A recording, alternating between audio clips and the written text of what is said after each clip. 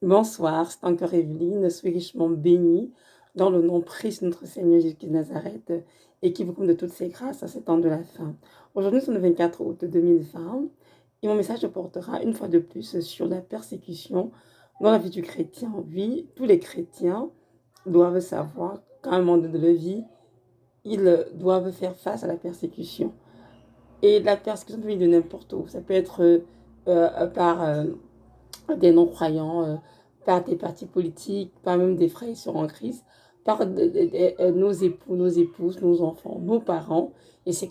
Donc la persécution peut venir de n'importe où, mais peu importe d'où elle vient, nous devons garder les yeux nos âmes fixés sur la volonté par du Seigneur et continuer d'avancer sur le chemin de la sainteté, continuer d'aimer le Seigneur, continuer de lui être fidèle et ne surtout pas baisser les bras.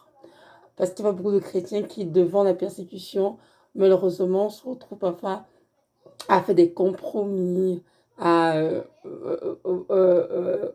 avoir des vies doubles, ou bien à vouloir régner le Seigneur. Non, non, mes frères et sœurs, je nous encourage tous aujourd'hui à ne pas être de ceux-là et qui vont régner le Seigneur, mettre de ceux-là vraiment qui vont tenir ferme dans la persécution, rester debout, peu importe les attaques, peu importe les tribulations, et vraiment continuer de confesser que Jésus-Christ de Nazareth est notre Seigneur, notre Sauveur, et qu'il règne dans nos vies en maître absolu.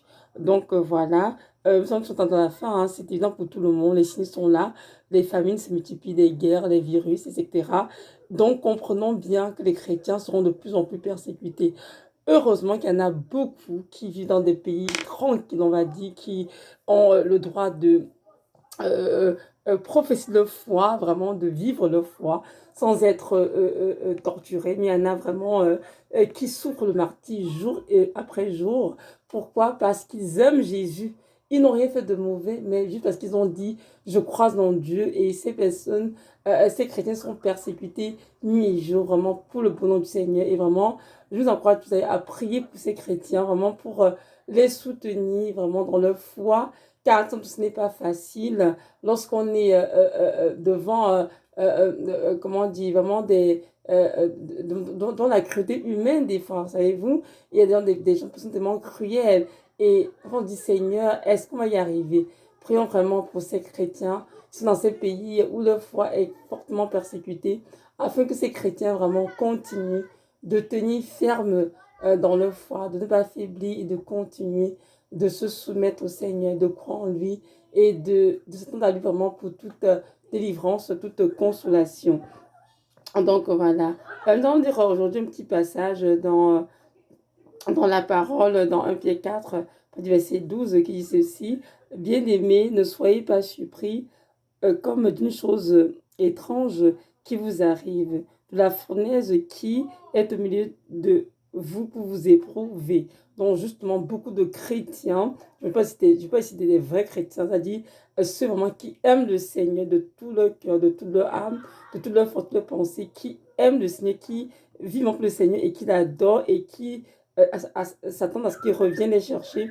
Ces chrétiens sont en ce moment dans une fournaise ardente, justement, et ils sont persécutés de part et d'autre, hein, de toutes parts, et doivent tenir dans la persécution. Et comme ici c'est écrit, nous ne sont pas surpris de ce qui nous arrive parce que nos frères et sœurs vivent la même chose dans le monde entier. Et ils vont tous vraiment comment, nous user dans la prière pour nous soutenir les uns les autres et savoir que c'est le chemin par lequel nous allons passer en tant qu'enfants de Dieu.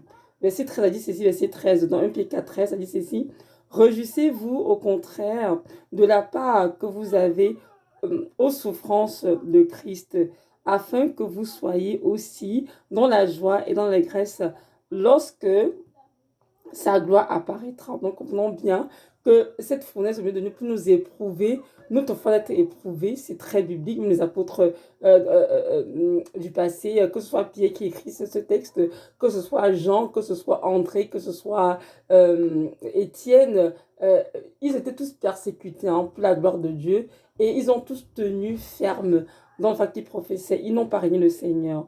Donc, évidemment, nous devons nous réjouir dans cette épreuve, dans ces épreuves différentes, dans cette persécution dans laquelle nous sommes, car nous prenons effectivement part aux souffrances de Christ. Et lorsqu'il apparaîtra dans sa gloire, nous serons dans l'allégresse parce que nous avons souffert avec lui. Donc nous sommes en quelque sorte en communion avec les souffrances du Christ. Et je sais que je dis cela de se réjouir, mais ce n'est pas toujours évident. Parce que moi qui vous parle, hein, en ce moment de ma propre vie, je suis extrêmement persécutée. Et c'est difficile. Des gens se reposent, disent Seigneur, mais est-ce que tu es là? Jusqu'à quand cela va durer?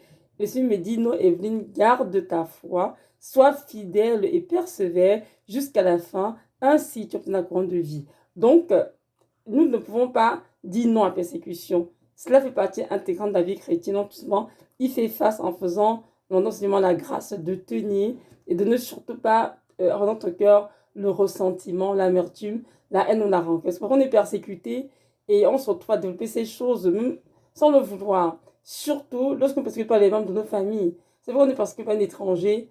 On se dit, bon, cette personne ne me connaît pas, ça passe. Mais lorsqu'on est persécuté par un membre de nos familles, par un membre de notre famille, c'est vraiment difficile de comprendre comment la personne qui dit vous aimez vous persécute. Mais en fait, on comprend que ce n'est pas la personne en soi qui a un problème, mais c'est vraiment Satan qui tue la personne, même à son insu, pour nous persécuter. Et malheureusement, ça arrive dans beaucoup de familles où les épouses persécutent des époux, persécutent des époux, les époux persécutent les épouses, pardon, ou les parents persécutent les enfants, pour exemple, de vie au Seigneur à cause de leur foi. Mais peu importe le cas de figure, nous devons toujours rester vraiment dans l'humilité, continuer de prier pour ces personnes afin que Dieu les visite justement et demander au Seigneur vraiment de donner le cœur pur dans tout cela. Et moi, je vous dis ça parce que tout ça est difficile, moi, personnellement, de garder le cœur pur dans la persécution, parce qu'on a tout tendance à murmurer, à vouloir peu des actes pour montrer à l'autre personne qu'on a fait ceci, mais le Seigneur ne veut pas de cela. Le Seigneur veut que nous restions humbles, hein, et vraiment et que nous fassions confiance. Il nous dit, Seigneur, je me confie en toi, je m'appuie sur toi, je m'attends à toi, et peu importe ce que je vis, Seigneur, je n'ai rien à craindre, parce que tu es avec moi, Seigneur. Parce que dans la persécution, Dieu est avec nous. Nous sommes persécutés, certes, mais non abandonnés, parce que Christ est avec nous. Il nous soutient par son Esprit Saint.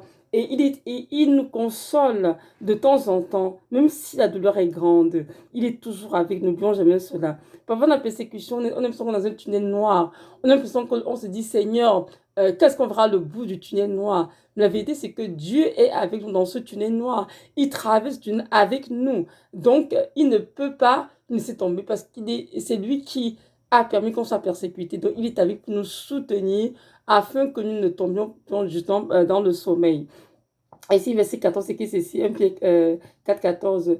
Si vous êtes outragés pour le nom de Christ, vous êtes heureux parce que l'Esprit de gloire, l'Esprit de Dieu repose sur vous. Amen. Donc, si nous souffrons pour la cause du Christ, pour le nom de Christ, pour avoir dit la vérité, pour avoir représenté pour la vérité, pour avoir dénoncé des ténèbres, pour avoir posé un acte pour la gloire de Dieu, nous sommes heureux. Pourquoi? Parce que l'Esprit de gloire, l'Esprit de Dieu repose sur nous.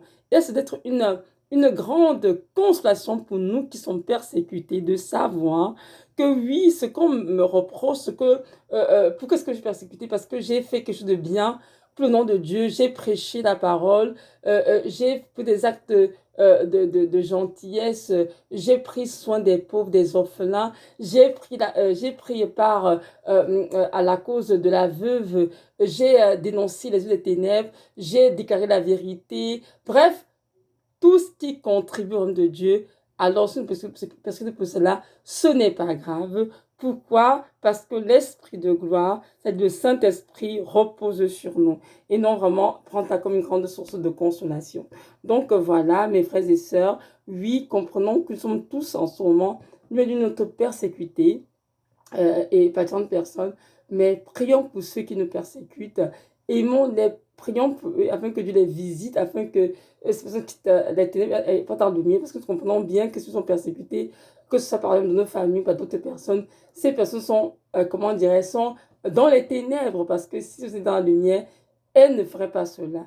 Mais malheureusement, l'ennemi les a pris en captivité, ils nous ont donc prié pour leurs âmes, afin que ce ne soit non seulement visiter le Seigneur, mais sauver au jour du désert. Donc voilà, je me suis dit, c'est pour nous encourager tous vraiment de ne pas sombrer dans l'amertume, dans le découragement, dans le ressentiment, mais vraiment de demander au Seigneur de nous garder debout malgré la persécution et de garder nos cœurs purs vraiment devant lui, peu importe ce qui nous est fait, sachant que le seul maître, le seul juge, et qu'en son temps, il mettra fin à cette persécution qu'il a lui-même permis. Donc, c'est ça.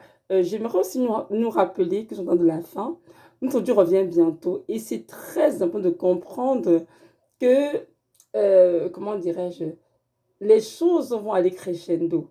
C'est-à-dire que ce soit la persécution, des moments difficiles en fait. Donc nous devons comprendre que nous aurons le repos quand on sera au ciel. Mais sur cette terre, nous allons beaucoup souffrir pour la gloire de Dieu.